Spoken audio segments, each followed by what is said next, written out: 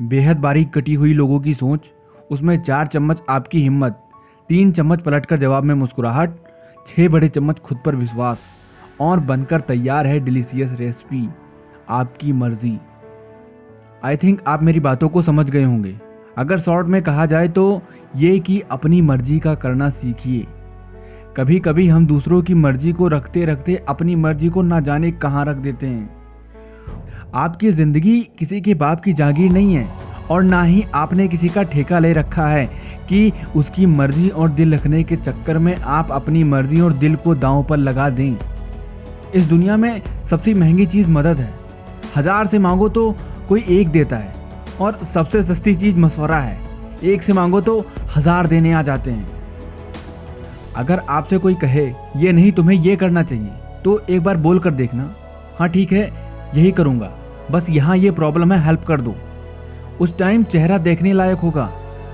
मतलब 100-200 में कोई शायद ही हो जो एग्री करे। जब वो मदद नहीं कर सकते तो उनकी मर्जी का करके क्या कर लोगे? करने के बाद जब समय निकल जाएगा तब भले ही सोचो कि काश अपनी मर्जी का किया होता तो शायद आज में ये होता। लेकिन अभी देर नहीं हुई है, अभी आपके हाथ में ही है।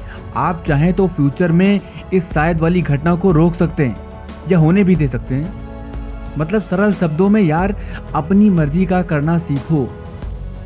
कुछ करने के बाद you must have a satisfaction and if not then अभी आपने वो किया ही नहीं जो आपको करना चाहिए। हम बनते नहीं बन जाते हैं, क्योंकि अगर आप अपनी सिचुएशन का कुछ नहीं करेंगे तो वो आपका कुछ ना कुछ जरूर कर देंगी।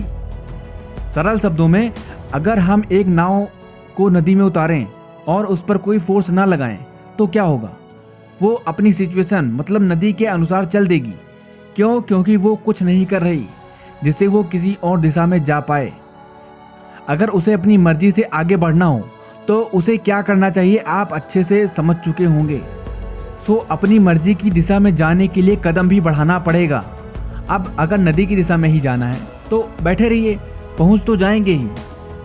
किसी की मर्जी का करके कुछ कर जाने को कुछ कर जाना नहीं कहते, कहीं भी फिट हो जाने को सेट हो जाना नहीं कहते। जिद लाओ जिद्दी बनो, क्योंकि जिद है तो जीत है। जय हिंद, वंदे मातरम।